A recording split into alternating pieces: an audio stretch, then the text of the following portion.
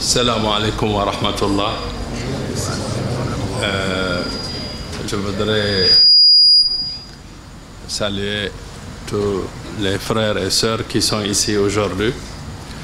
Je voudrais parler de l'épreuve, ce qu'on appelle épreuve, ce qu'on appelle la mort, ce qu'on appelle perdre quelqu'un qui est cher.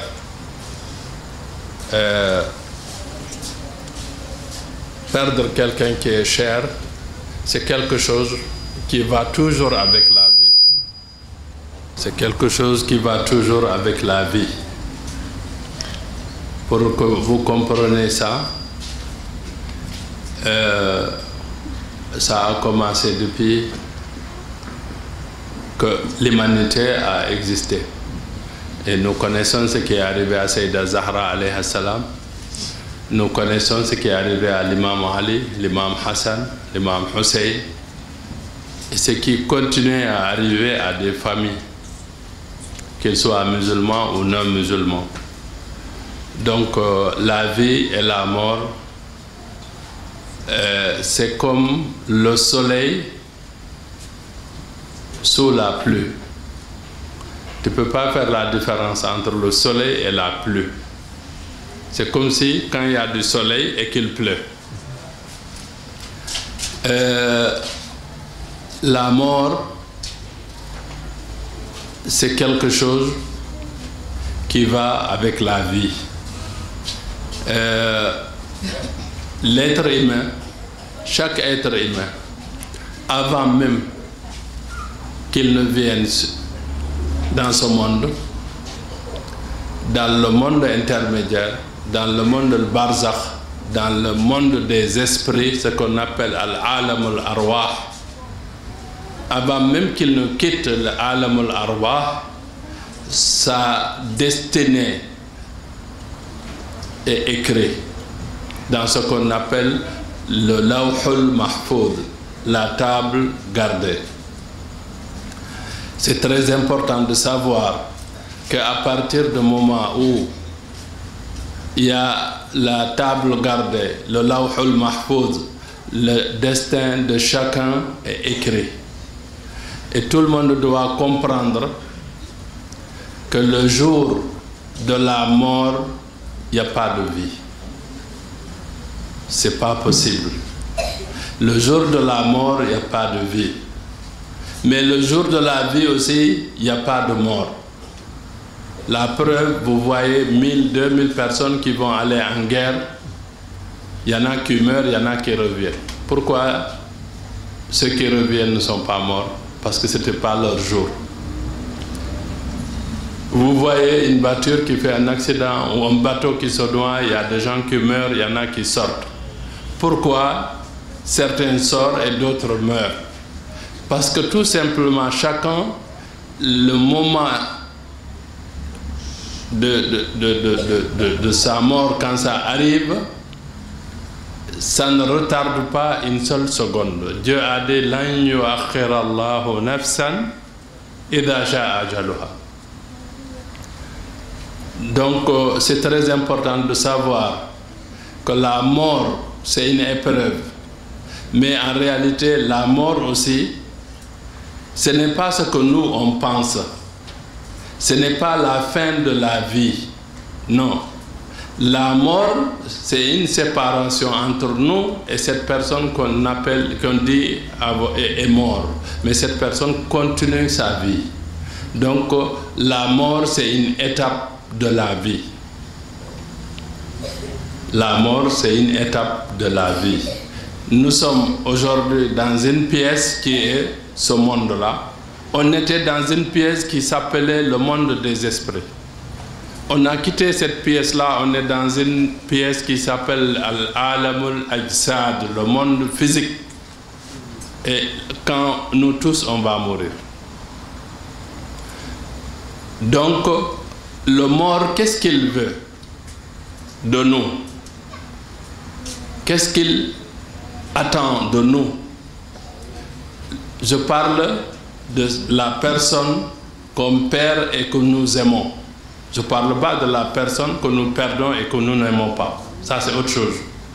Mais quand on perd une personne et qu'on l'aime, cette personne, elle attend de nous un certain nombre de choses. Parmi ces choses-là, il attend de nous qu'on prie pour lui. Comment on prie pour lui? Si on fait les ablutions, on fait 2 rakas, on fait 4 rakas, on fait 100 rakas, on fait 1000 rakas. Chaque seconde, chaque raka qu'on a fait, les rétributions vont être envoyées à cette personne qui est morte. C'est la seule chose qui peut l'aider là-bas parce que lui-même ne peut plus travailler. Mais tout ce qu'on envoie là-bas comme rétribution à celui-là, Dieu nous garde, nous qui avons fait cette prière-là, les mêmes rétributions dans notre compte et on retrouve ça encore pour nous-mêmes là-bas. Ça, c'est une des façons d'aider quelqu'un qui est mort. La deuxième façon, c'est quoi?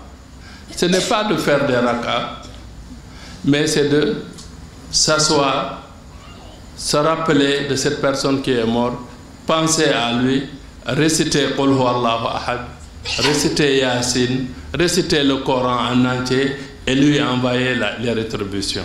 Ça aussi, il va le recevoir et Dieu va nous garder encore l'équivalent. Après notre mort, ça c'est des épargnes qu'on a mis pour nous. Ça c'est très important. La troisième façon de faire quelque chose pour cette personne qui est morte, c'est de prendre 100 francs, 1000 francs, 10 000 francs, 100 000 francs, 1 million, 100 millions, faire le sadaqa pour ce mort-là. Soit en donnant à des pauvres, à des miskins, soit en faisant un forage, soit en faisant une école, soit en faisant une mosquée ou une œuvre de bienfaisance pour cette personne qui est partie. Donc les thawab, c'est-à-dire les rétributions encore, vont arriver à cette personne et la même chose sera gardée pour nous. Voilà ce que le mort attend chez nous. Maintenant, il y a des hadiths, mais aussi il y a la sagesse dans tous les livres qui dit que quand quelqu'un, ton parent, ton frère, ton père, ton voisin perd quelqu'un, au lieu d'aller dans la maison pleurer avec lui, commence par l'assister. Si le voisin perd quelqu'un, prépare beaucoup à manger, tu amènes là-bas, parce que eux, ils ne pensent même pas à préparer. Achète à boire, tu amènes là-bas, essaie de les consoler. C'est ça qu'on te demande, toi, en tant que musulman, croyant et être humain. Autre chose, on dit, Man azza ba'da thalathin faqad jaddada al-huzna. Celui qui présente des condoléances après 3 jours de la mort de quelqu'un, il renouvelle la tristesse et le mal. L'être humain, Dieu a fait de lui qu'il doit apprendre et accepter et surtout faire ce qu'on appelle le deuil. Le deuil ne veut pas dire oublier. Le deuil ne veut pas dire oublier. Non, non, on n'oublie pas nos morts.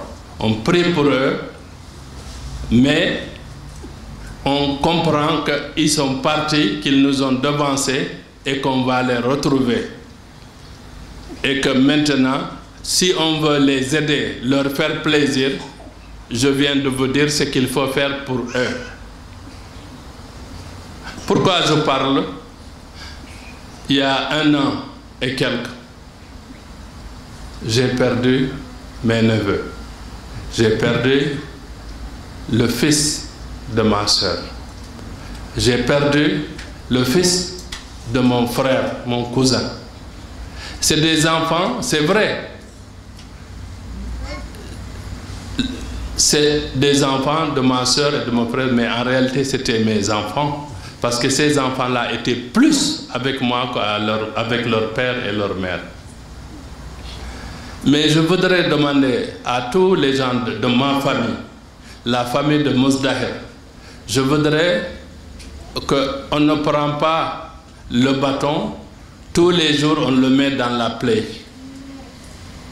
Les gens, à chaque fois qu'on est en train de faire le deuil de ces deux enfants-là, on poste leurs photos dans Facebook, on met dans les profils, on nous envoie des... C'est-à-dire que moi, les gens qui me font ça, je dis, ils me font du mal et ils me font souffrir.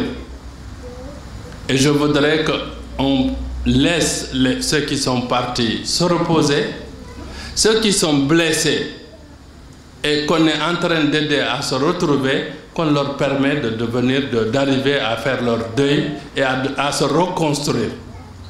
Mais on refuse de le faire. J'ai regardé, j'observais, 1 mois, je dis je patiente, ça va passer. 2 mois, je patiente. J'ai 1 an, j'ai vu que les gens continuent à le faire. Mais si vous les aimez, si vous nous aimez, ceux qui m'aiment, ne me faites pas ça et ne faites pas ça à ma famille. Parce que en réalité, c'est une vraie souffrance pour moi. Parce que ces 2 enfants-là, moi, je les ai élevés. Et à chaque fois que je vois ce qu'on fait sur Facebook, sur les profils, sur des choses sur eux, peut-être les gens, ils le font avec un cœur sincère. Mais ils ne savent pas qu'ils nous font du mal, qu'ils font souffrir les familles.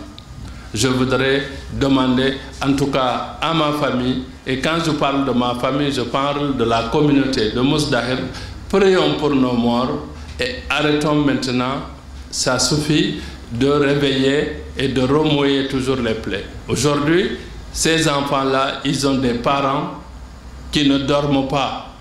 Donc à chaque fois que cette personne commence à se refaire, on lui envoie une photo, un truc Facebook, un profil de ces enfants-là qui sont partis. On ne peut pas les ramener. Ce qui leur est arrivé arrive tous les jours. Tous les jours, dans les routes, il y a des accidents et il y a des gens qui meurent. Mais il faut que les gens comprennent que chaque événement, chaque chose qui arrive à un être humain, il y a une façon de le gérer.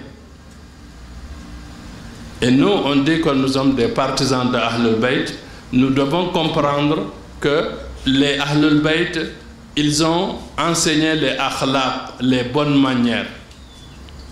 Les bonnes manières, ça fait partie des enseignements de Ahlul Bayt. Donc je voudrais vraiment demander aux jeunes et à tous ceux qui font ça de l'arrêter. Parce que ça fait souffrir les familles. Et ça, c'est en train de détruire des familles. Donc, c'est quelque chose qu'il faut vraiment arrêter. Et, Inch'Allah, j'espère que tout le monde va comprendre. Je ne l'ai pas dit. Et je le dis avec amour. Je le dis aussi avec sentiment. Mais je le dis aussi pour dire que demain encore, on ne le souhaite pas, que Dieu nous en garde. Mais ça peut arriver à quelqu'un d'autre. Je ne veux pas que ça arrive encore à d'autres. Ce qui est en train de nous arriver là, je veux que demain, on ne souhaite pas. Mais si quelqu'un, Dieu lui donne une épreuve comme ça, qu'on ne lui fasse pas souffrir encore comme nous, on souffre depuis 1 an et demi. C'est pour cette raison que je parle. Assalamu alaikum wa rahmatullahi wa barakatuh. Allahumma salli ala Muhammad wa ali Muhammad. Allahumma salli ala Muhammad wa ali Muhammad.